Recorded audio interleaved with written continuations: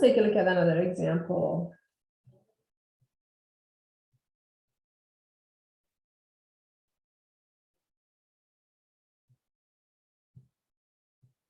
Okay, a researcher claims that, guys, keyword, claims that 86% of college graduates say their college degree has been a good investment.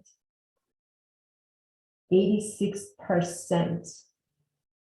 Well, you're a statistician. In a random sample of 1,000 graduates, 845 said their college degree has been a good investment.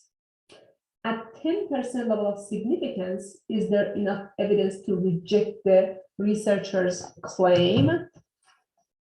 Very good. So we need to go to the board and analyze each of the steps to be able to answer this important question. First of all, this is hypothesis testing for population proportion, or P. In our very first step, step 1, we want to know what is the null and what is the alternative hypothesis here. Very good. Let's go back to the question. Do we have keywords? A researcher claims that 86% say it has been. So it means that you have equality. P, the proportion is exactly 86%, and this is the claim as well. So the null and the claim are the same thing. Alternative hypothesis, P is not 86%, either less than 86% or larger than 86%. So we have a two-tailed graph. A two-tailed graph. Very good. Two-tailed graph.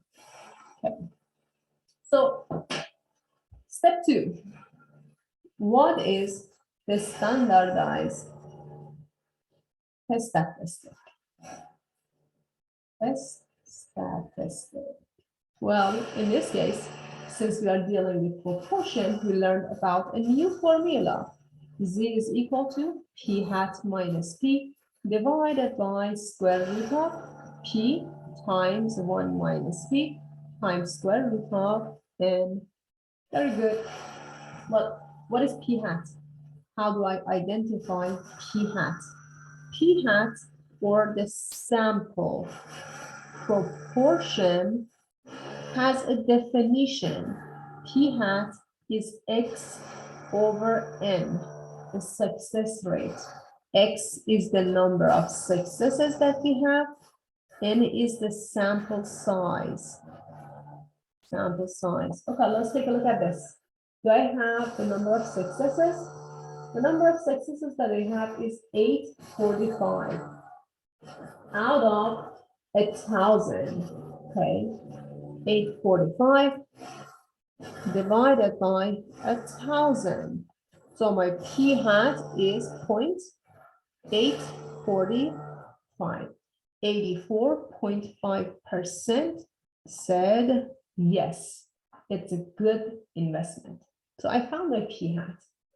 So Z is P hat, the sample proportion, 0.845, minus P, the population proportion, 86%, divided by square root of P, which is 86% times 1 minus 86% times square root of N, which is 1,000. We have a good sample here, everybody. If you do the calculation, Z is approximately negative 1.37. Okay, so far so good. Step 3, use Z to find P value. Okay, so it means that we have to go to second vars, because it's just a normal CDF. Go to second vars, normal CDF. Okay, very good. Turn on calculator, second bars, normal CDF. Well, what is my lower limit? What is my upper limit? My lower limit, this is if you just want to find one of these little areas and multiply it by 2, then you get your p-value. The little area to the left, has lower limit negative 100 and upper limit, which is negative 1.37. Guys, again, go back to the two-tailed graph. We are just finding one of these little areas. They are symmetry. So since you have symmetry here, if you find one of the areas, you need to multiply by 2 to find the p-value. Okay, negative 100, negative 1.37, meaning 0 standard deviation is 1. So the area is about 0.085 multiplied by 2. Okay, so this little area is 0.085. So the p-value is almost 17%. Almost 17%. Okay, very good. Now that we found p-value, we need to compare p-value with our alpha, right?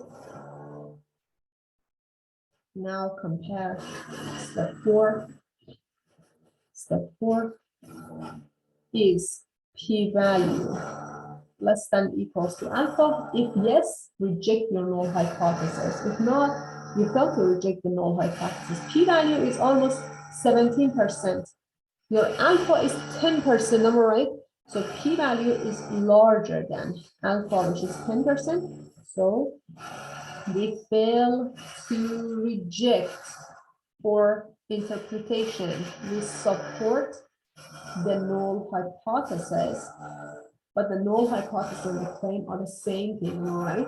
So we are supporting the claim, or so we support